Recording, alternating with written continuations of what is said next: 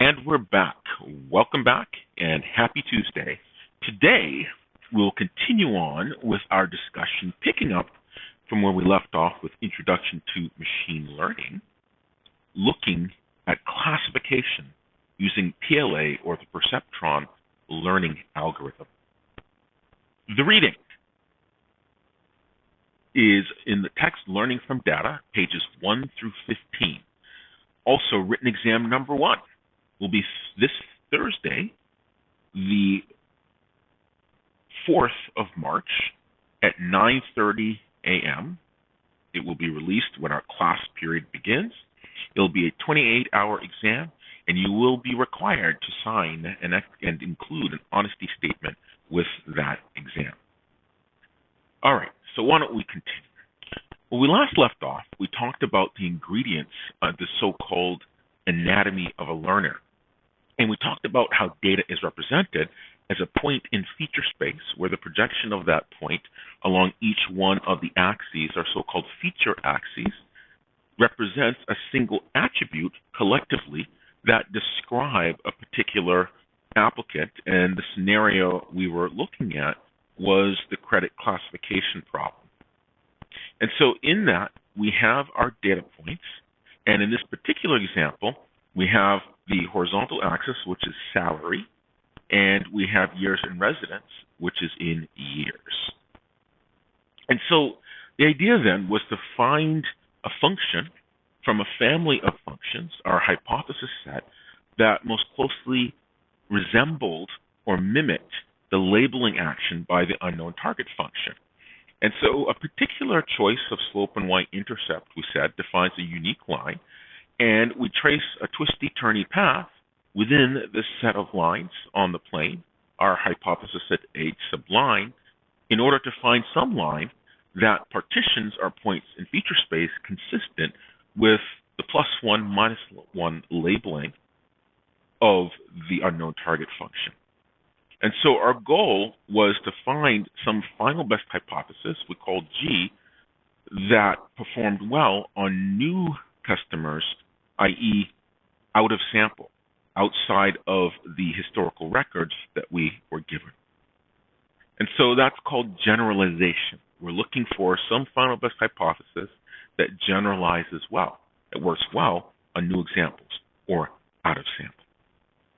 So let's continue on. And so last time when we met, we talked, our focus was on the hypothesis set, our set of candidate formulas that you have control over, and you make an educated guess about those candidate formulas, like lines on the plane, that you believe will most closely resemble the unknown target function. And so the focus of today is on the learning algorithm, and the learning algorithm is responsible for searching through that space of hypotheses for some final best hypothesis. So let's take a look at the setup. Now, with our credit approval function, we enterprise to come up with an algorithm that will search through the set of hypotheses, namely H sub line, the set of lines on the plane. Now, of course, we said our line is parameterized by two parameters, the slope M and the y-intercept B. Now, of course, if we want to be more sophisticated, we can generalize this to a vector of values. Weight 1 would be our slope, weight 2 would be our y-intercept. And so we can generalize an arbitrary hypothesis in 2 dimensions or more than 2 dimensions just by using general weight vectors. And so, for example, if we're trying to search for some linear function, we find new weights, weight 1 and weight 2 are M and B.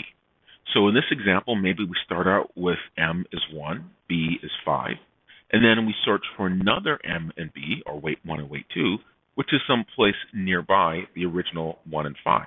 So we might choose in the next iteration that our weight 1 is 1.2 instead of 1, and our weight 2 is 5.3.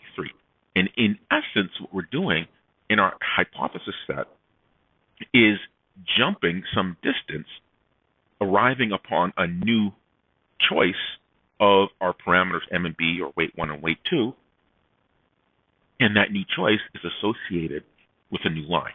And so this is what our search will do. Now, of course, a line in the plane has two weights, weight W1 and W2 more generally. A plane in 3 dimensions is a linear model in 3 dimensions, and that has 3 weights, weight 1, weight 2, and weight 3. So more generally, we can take our linear model, our linear hypothesis set, and we can generalize it to an arbitrary d dimensions. In d dimensions, we call it a hyperplane. In 2 dimensions, a linear model you call a line. In 3 dimensions, it's a plane, a flat sheet in some orientation and position. And in d dimensions, it's called a hyperplane. And so for an arbitrary hyperplane, linear model in d dimensions, we have weight vector consisting of components W1, W2, W3, up to and including WD. So let's go back to the credit approval problem.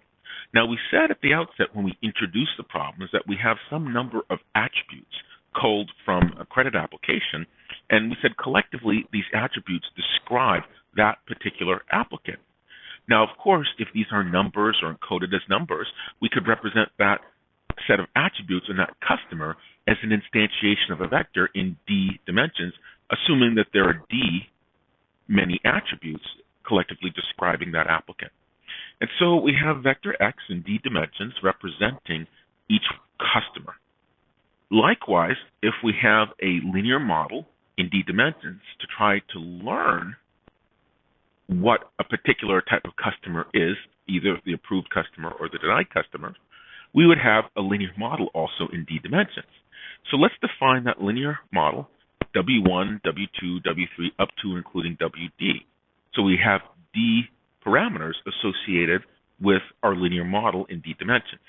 So we have 2 vector values. We have vector x representing the customer, and we have linear model W represented by vector W in d dimensions. So let's introduce some other machinery. Let's introduce a score.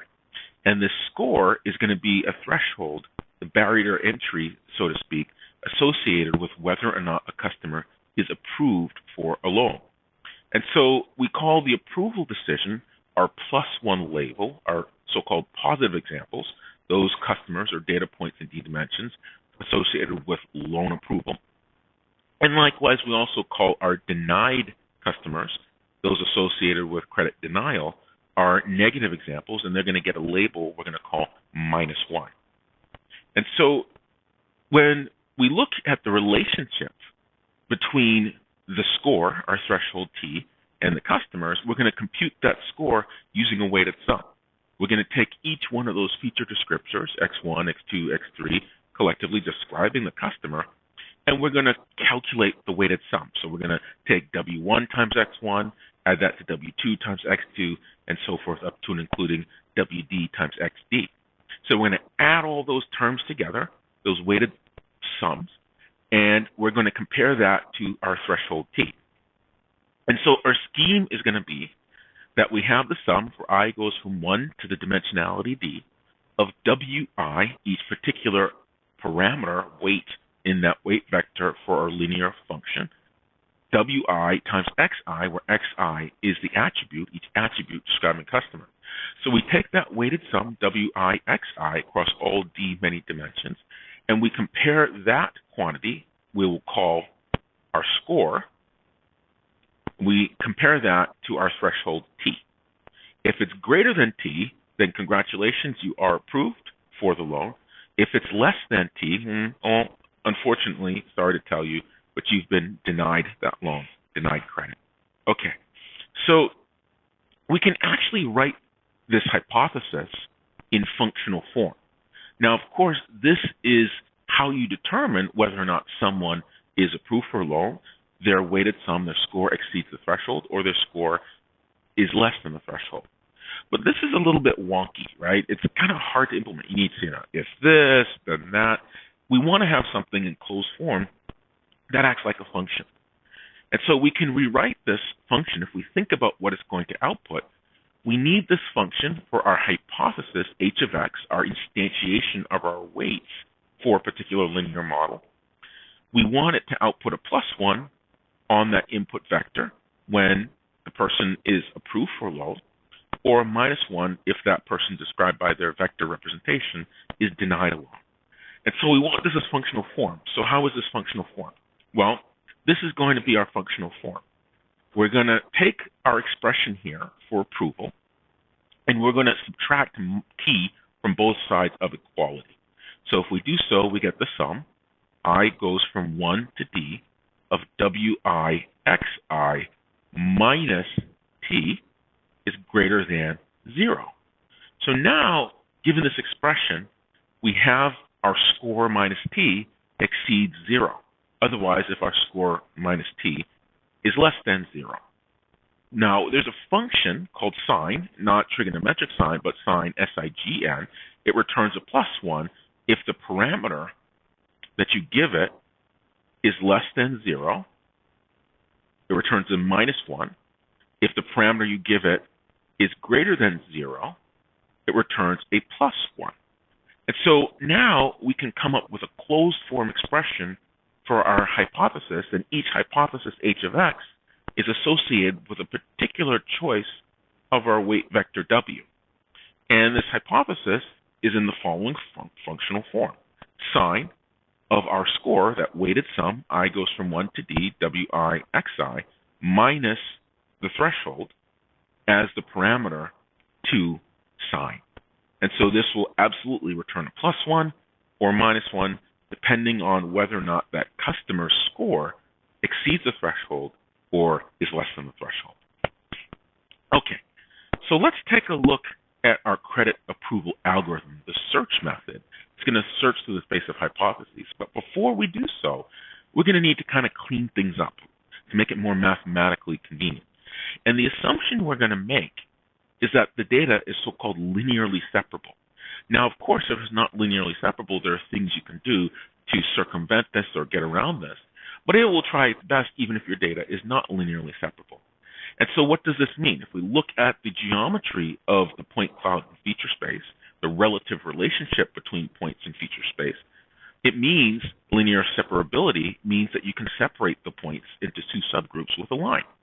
And so here, in this frame on the left, we can separate into two groups, and this particular line, this hypothesis, this linear function, does not coincide with the unknown target function's labeling of +1, -1 to the data points. But this second line on the right, that hypothesis does. So linear separability means that you can separate the points consistent with the ground truth target function by some straight line. All right, so up above, we have the functional form for our hypothesis. Now, let's do a little bit of manipulation. We're going to replace or absorb this -t with a constant, and we're going to call that constant W0, W0. So here's our W0, and because W0 is real valued, so W0 is from the set of real numbers, that means it could be negative or it could be positive. And because it can be negative, well, we just write plus W0. And if W0 is negative, well, there's our -t. So now that we make this replacement, we also make the observation that when you take any number and multiply it by 1, you get itself. Multiplicative identity is 1. So we're also going to include a dummy variable. We're going to call that dummy variable x0, and x0 is going to be fixed to a value of 1. And so we can take that W0, multiply it by 1, or multiply it by our dummy variable x0. So now this changes our expression. Instead of -t, we have sine of the score, that sum I goes from 1 to d, a dimensionality of wi xi, plus this term w0 x0. So now we make the observation that, wait a minute, the subscripts for this other term w0 x0, well, it kind of fits in to that summation. So we're going to absorb this w0 x0 as an additional term in that summation, and by doing so, we actually change the index on this summation from 1 up above here to 0. And in doing so, we have a single expression, a modified score, that is the sum from I goes from 0 to d of wi times xi. Now, of course, if this expression, this closed form h of x, returns a +1, it means the customer score exceeds the threshold. If this h of x returns a -1, it means the customer score is less than the threshold. And this corresponds to a hyperplane in D dimensions, and that D dimensions is important. So we've taken our hyperplane, and we've taken our weight vector W, which started out as W1, W2, up to and including WD. It was a hyperplane or linear model in D dimensions. We augment it with dummy variable W0, whose value absorbs this -t, our threshold. Then we also took our customer vector, and that customer vector consisted of x1, the first feature, x2, ... up to and including xd. It's in D dimensions. There are D attributes describing the customer. We augmented it with x0, but that x0 is a dummy variable whose value was fixed to 1. And so now we're going to call this W augmented, or augmented weight vector, and we're going to call this our augmented feature vector, just to introduce a little bit more terminology. Okay, so we have our hyperplane, our linear model, and the goal then is to find a particular H, i.e. setting of W, such that the output +1 or -1 from this hypothesis set on all our training data matches the historical data. All right, so we can convert this expression to vector form. Now, if we assume W is a so-called column vector, this W as a column vector, and we have this X also as a column vector. Again, our W is W0, W1, up to and including WD, and our X is X0, X1, up to and including XD. Now, of course, this is the augmented weight vector, and this is the augmented customer vector. Now, of course, we can take this expression and we can re-implement it in vector form. And this is just the inner product, W transpose times X. So what is W aug transpose? Well, that's just turning this column vector into a row vector. So it would be W0, ... WD. And then we're multiplying that times our feature vector, X0, X1, ... XD. And so if you do this multiplication, that's W0, X0, W1, X1, W2, X2, up to and including WD times XD, and we sum those terms together, which is exactly the expression. And so we can re-express our closed form solution for H of X, the hypothesis, a particular hypothesis, by taking the vector form, i.e. the inner product between the weight vector, that's W transpose times X, okay, or the sign of the inner product between the weight vector and X. Now, essentially what this inner product is doing, it's finding the projection of the point on the line. And it's asking the question, when we say sine W transpose X, is it on the positive side of the line or is it on the negative side of the line?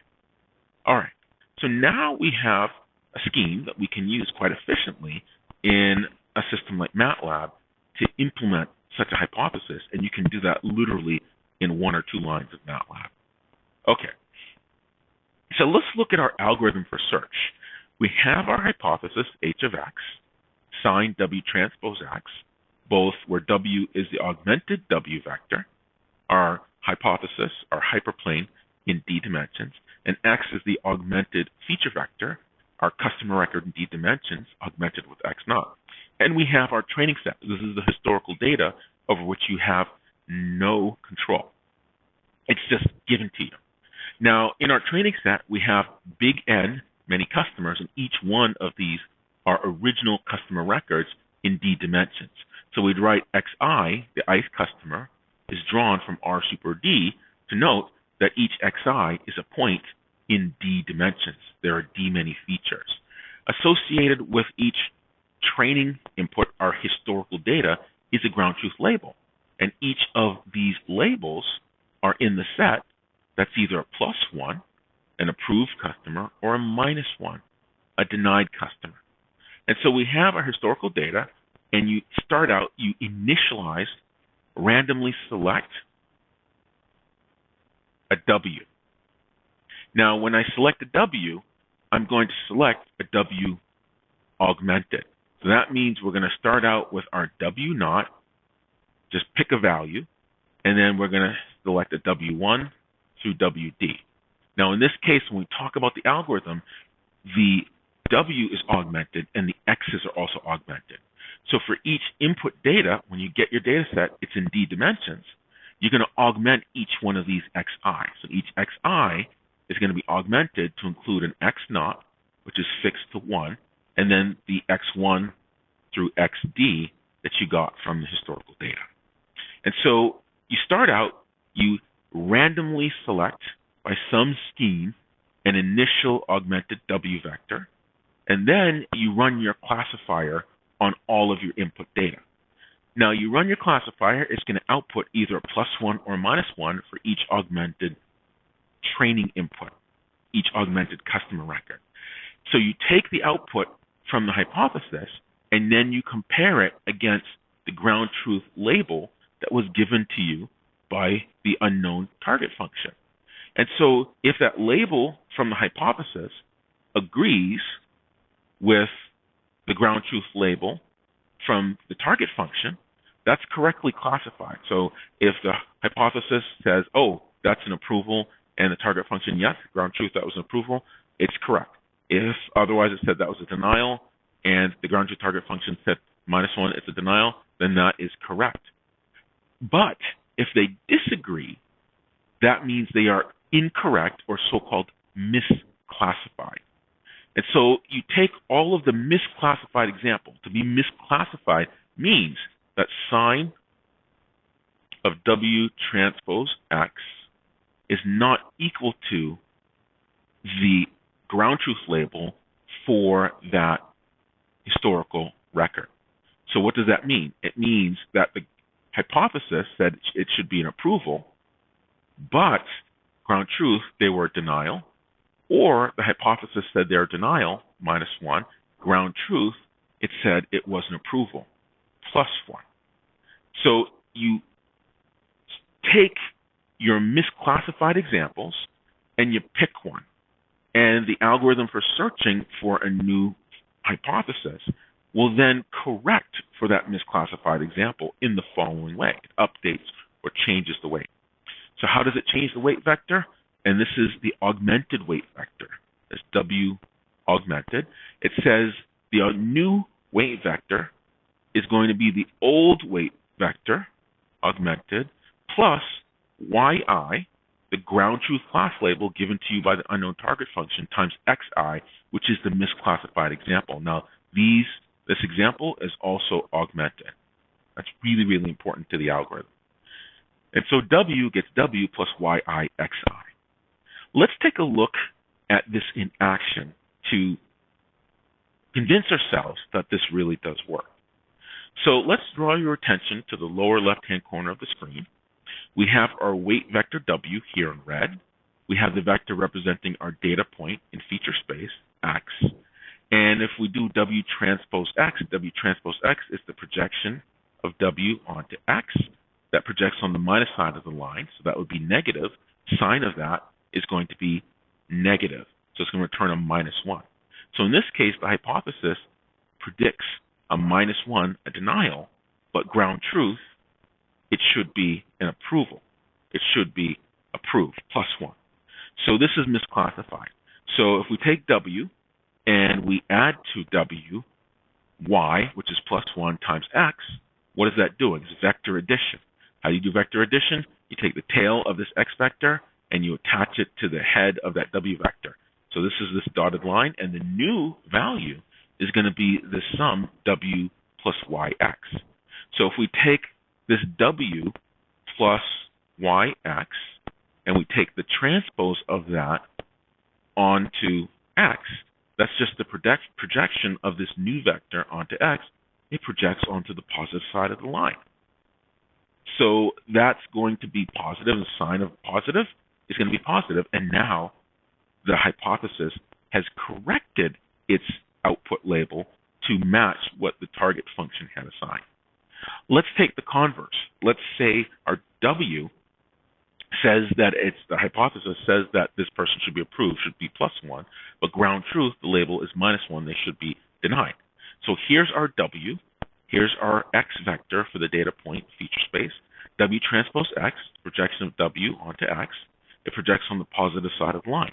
Because it's positive, sign of that positive value is going to be +1. So the hypothesis says that person should be applied. It's +1 label. But ground truth, the label is -1. So let's do that update. So we say W gets W plus YIXI. So Y, our ground truth label, is negative, it's -1.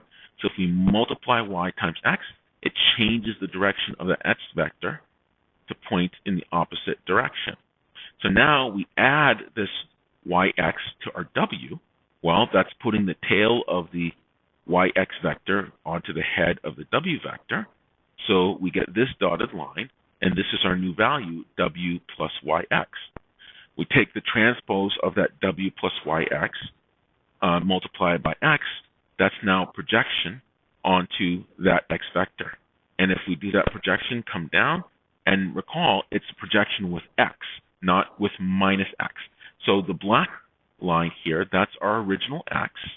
And if we do the W plus YX transpose, we project that onto the X, it projects on the negative side of this line. It's going to be negative because the original X is in this direction. Okay. And because it projects on the negative side of the line, that's a negative value, that projection, and sign of a negative value is negative, so it outputs a -1. And that output of -1 from your hypothesis, H of X, is matching exactly what the ground truth label is. So there's the correction in the opposite case. All right. So what it does then is this Perceptron Learning Algorithm, as it's called, it updates your W vector, searching for a new hypothesis or instantiation of the weight vector in a way that it corrects for this misclassification. And it's really important that you select an X vector that is associated with a misclassification where the hypothesis does not agree with the ground truth. Okay. So in a series of rounds, some number of iterations, so you're going to loop, you're going to select an incorrectly classified point and perform this so-called PLA update.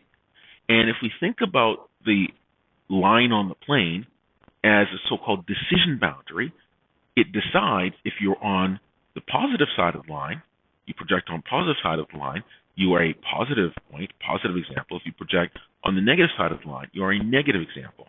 So this decision boundary, when we perform this update, it's essentially moving the boundary so that it corrects for a misclassified point.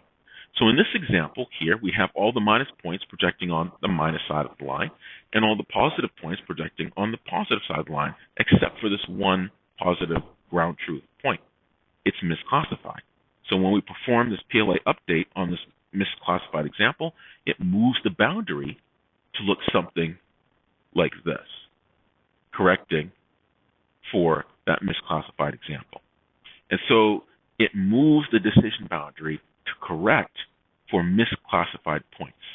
Now, of course, when you make this update, it's going to jump or change that hypothesis quite dramatically. And that dramatic change would correspond to, in your hypothesis space, H line, here's M, here's B, it's going to correspond to a very large jump from one version of our weight vector at the first iteration to another version of our weight vector at the next iteration. Now, of course, sometimes you don't want it to jump that far because in correcting one, it might uncorrect another. And so oftentimes there's another parameter called eta, and eta is called your learning rate. You pronounce it eta, or phonetically eta, and eta is on the real number line between 0 and 1, and what it does is modulates, turns down how dramatic that learning rate is. The so-called full update is when eta, the learning rate, is 1. And of course, if you had eta as 0, that's no update. It doesn't change. But if eta is close to 0, it's only an incremental change. And instead of fully correcting, it moves that line partially in the direction of correcting, but not completely correcting it. And so it's a lot smoother in how it chooses a path through that hypothesis space. So rather than having a big jump, it makes a series of smaller jumps in hypothesis space. And that's a lot more stable way to find final best hypotheses, smoother paths through a series of smaller jumps. Okay, so let's try this out in Matlab.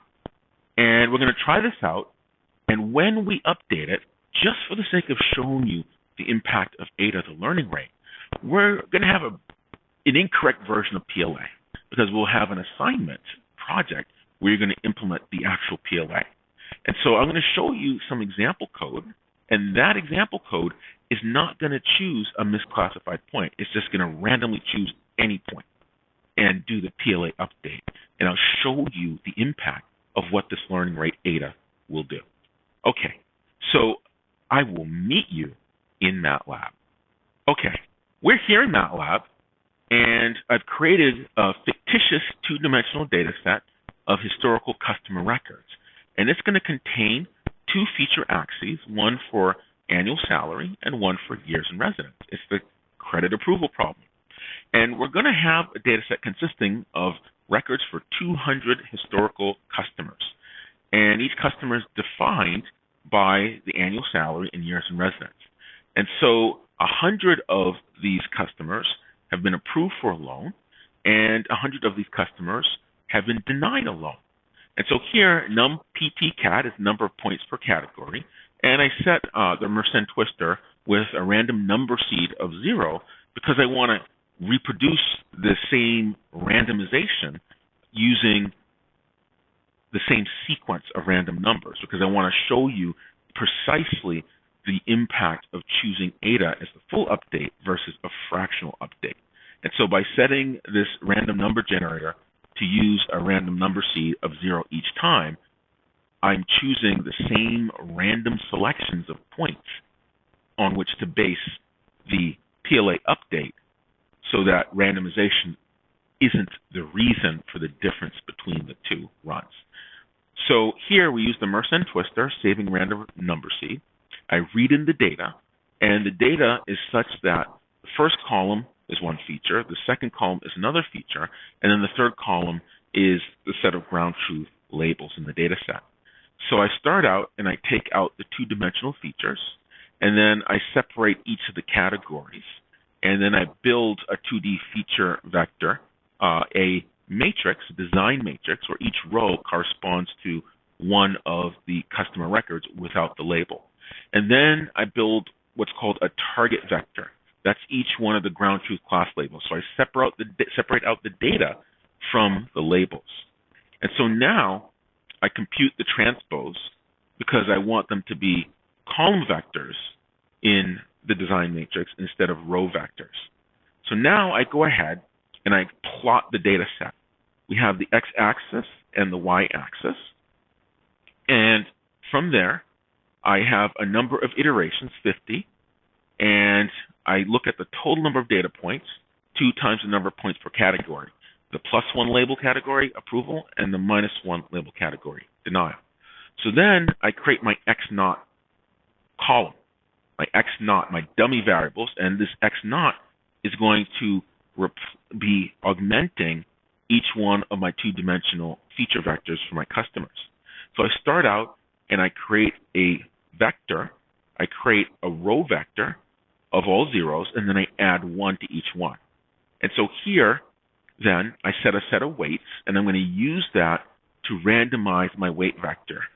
Because I'm only running for 50 iterations, I want to make sure the initial weights are in a position where it's not doing wonky things, right? Because you need a large number of iterations to finally randomly select one of the 200 points if you're using one of the points instead of just the misclassified points to do your PLA update. So I set the range for my randomization, call that R delta, and then I use that selection in that range between -100 and 100 to set each one of the weight vectors, W0, which is my threshold, the W1 and W2 vectors for my linear hyperplane. So now I iterate some number of times. I do a bunch of bookkeeping printouts. And then I build my augmented data vector. So here's my X0, and my X0 is going to be that dummy variable where each position is set to 0. So I then build my W vector, and I make that a column vector.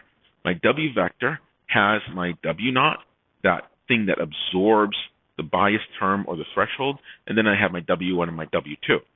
So now I take my current version of my hypothesis that I just randomly selected, my W vector, and I say sign of W transpose, that's what that tick mark is, sign of W transpose X augmented. And because X augmented contains all of the feature vectors, I'm multiplying this W transpose times each one of those columns in X aug. And so when I do that, I'm basically computing the entire set of outputs for the hypothesis on all the data in my design matrix for the augmented feature vectors for each customer. So now I pull up a figure and I plot the positive examples and negative examples.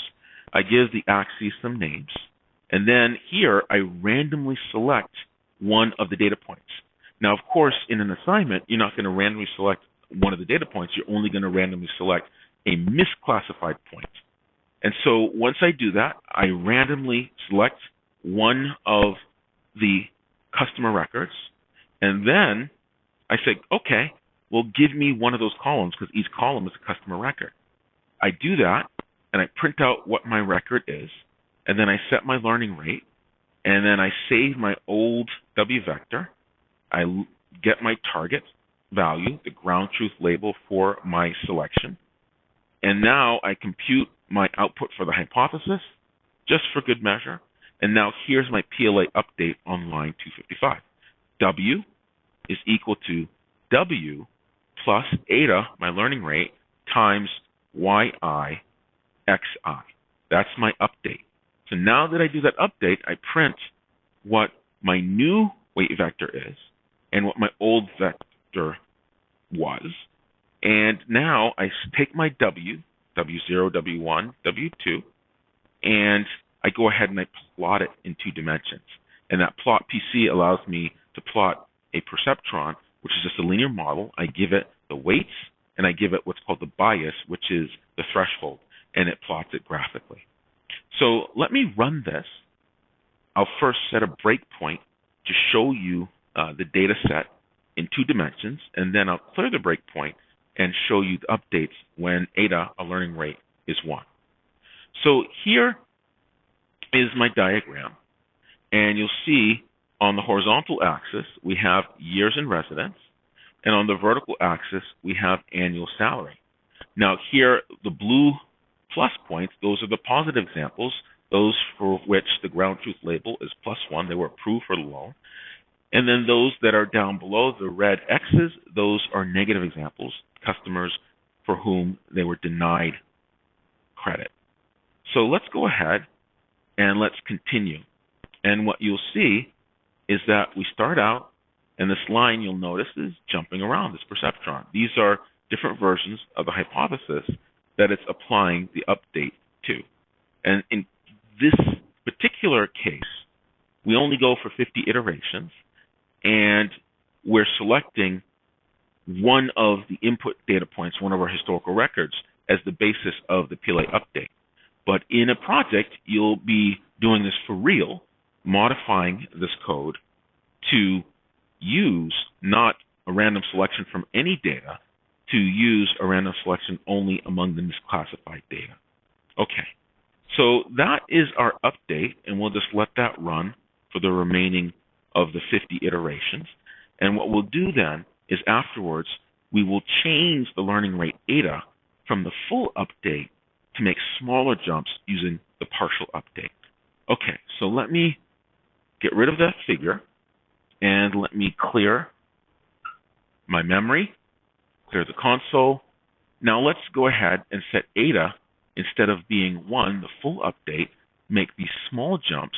Let's make eta 0.1, and we'll rerun it from the beginning and show you the impact of that change for eta. So I'll run that, and now you see it again. It does not jump as dramatically when it searches in H subline, our hypothesis space consisting of lines on the plane, when it pursues a new decision boundary. It doesn't move as vigorously. Now, of course, again, and I stress, this particular algorithm is searching by selecting any input point, when the actual PLA algorithm only selects randomly among the misclassified data points. And so if we run that, we'll see, and I'll let that run to completion, it does not move as dramatically. It's not as abrupt. And having these smaller jumps for some size of small makes a large difference in the quality of the solution, and it's less likely to undo the progress of another correction. Okay, so with that, I will meet you back in PowerPoint. We're back in PowerPoint, and that is a demonstration in Matlab of the types of things you will be doing in your own PLA algorithm implementation for the credit approval problem, with a couple of other nuanced elements. And so with that, we will ask another couple questions. Is that it for the PLA algorithm? Yes, it is. Well, not quite. There are a couple of nuanced things to consider. How many rounds do you run it? Will it stop? Will it work for any kind of problem? We talked about linearly separable geometries among the point cloud and feature space, but will it work if it's not linearly separable? How do you choose exactly the hypothesis set? We set a line on the plane. Can we choose a more complex hypothesis set? How do you choose the algorithm? We did the PLA update. There are other types of searches. How much data do you need for it to generalize well out of sample? And this would be the subject of a full-blown course semester in machine learning, which we have. And so with that, I will end there. And as usual, of course, our exam is on Thursday. And as usual, please stay healthy, stay safe, and I'll see you all on Thursday.